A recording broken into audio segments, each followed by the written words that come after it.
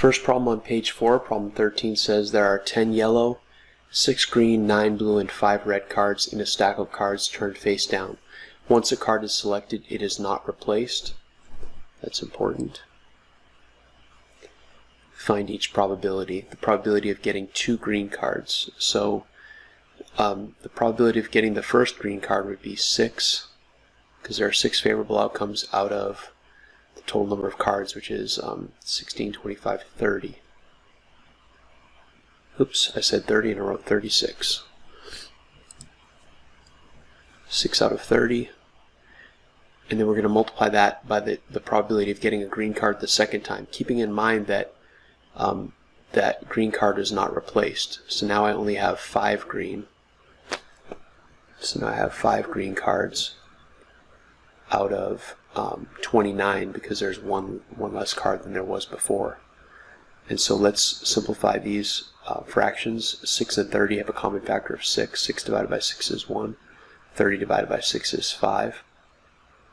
And 5 and 5 have a common factor of 5. So 5 divided by 5 is 1. 5 divided by 5 is 1. And so our product is 1/29. That's the probability of getting 2 green cards in a row. I want to, oops, that's not what I wanted.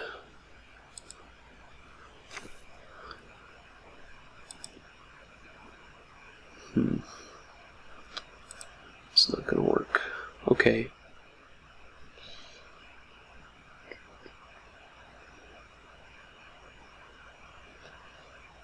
Okay, let me just move on to 2 cards that are not blue.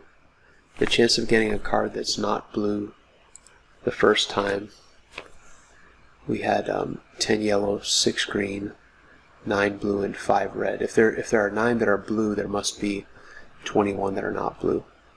So 21/30. But then I'm going to take out one of those. Whichever non-blue card I pull doesn't go back in the deck. So let's just pretend it's a yellow card. So I'd have I had 21 before. Now I have 20 that are not blue. And there aren't 30 cards in the deck anymore. There are 29. 20 and 30 have a common factor of 10. 20 divided by 10 is 2. 30 divided by 10 is 3. And 21 and 3 have a common factor of 3. 3 divided by 3 is 1. 21 divided by 3 is 7. So 7 multiplied by 2 is 14. And 1 multiplied by 29 is 29. So 14/29 would be the probability of picking 2 cards that are not blue, assuming we don't replace the first. And the question, are these events independent or dependent? These are dependent because the card is not replaced.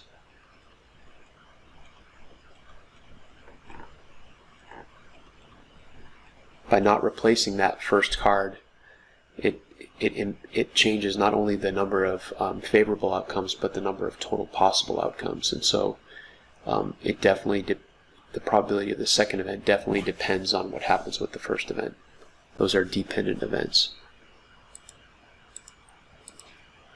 Problem number 14. Your ticket was drawn for Friday's prize drawing. Congratulations, you won a prize. If the probability that you will like your prize is 13/16, what is the probability that you will not like your prize? This problem is dealing with complementary events. You're either going to like your prize or you're not going to like your prize. The probability that you will like it or not like it, one of those two things has to be 1 whole. There's a 100% chance that you're either going to like it or not like it. So if the chance that you like it is 13/16, the chance you will not like it is 1 minus 13/16. Or 16/16 minus 13/16, which is 3/16.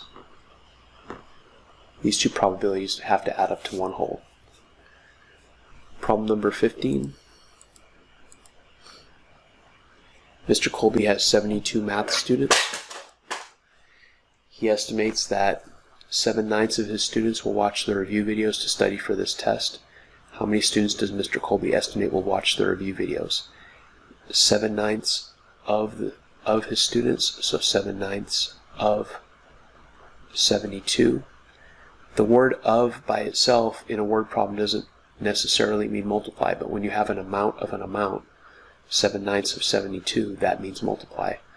So 7 ninths multiplied by 72 over 1. 9 and 72 have a common factor of 9. 9 divided by 9 is 1. 72 divided by 9 is 8. 7 multiplied by 8 is 56 over 1, which is 56 students. The final problem on the review, problem number 16. Estimate using benchmark values 0, 1/2, and 1. 4/5 is much closer to 1 than to 1/2, so I'm going to substitute 4/5 as 1 in my estimate. 3/7 is very close to 1/2 because 3 1/2 sevenths would be exactly half, so I'm going to substitute 1/2 for 3/7. 7/16 is also very close to 1/2 because 8/16 is half. If I have 1 minus a half plus a half, I just have 1. Because if I subtract a half and add half, I'll be back where I started. Those are inverse operations. 1 minus 1/2 is 1/2, and then 1/2 plus 1/2 is 1. The second estimate is rounding each value to the nearest whole number because we have mixed numbers here.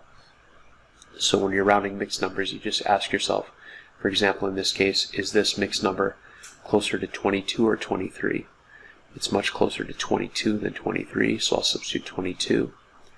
This one is a little bit closer to 18 than 17 because 4/8 would be half. It's a little bit more than half. So we'll substitute that for 18, and 22 minus 18 is a difference of 4 for our estimate.